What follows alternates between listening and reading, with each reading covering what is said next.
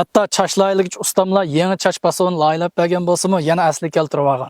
Bugun Ablat Ablekim ustoz to'g'riliq to'xtalib o'taylik.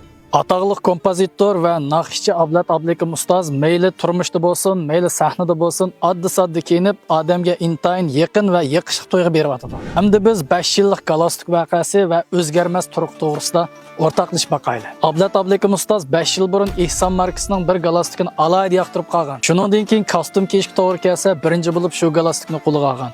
Ve 5 yil jarayonida faqat bir xil galostik taqgan. Bu galostik shuncha sehriy kuchga egami yoki ustozning buningdan boshqa galostik yo'qmi?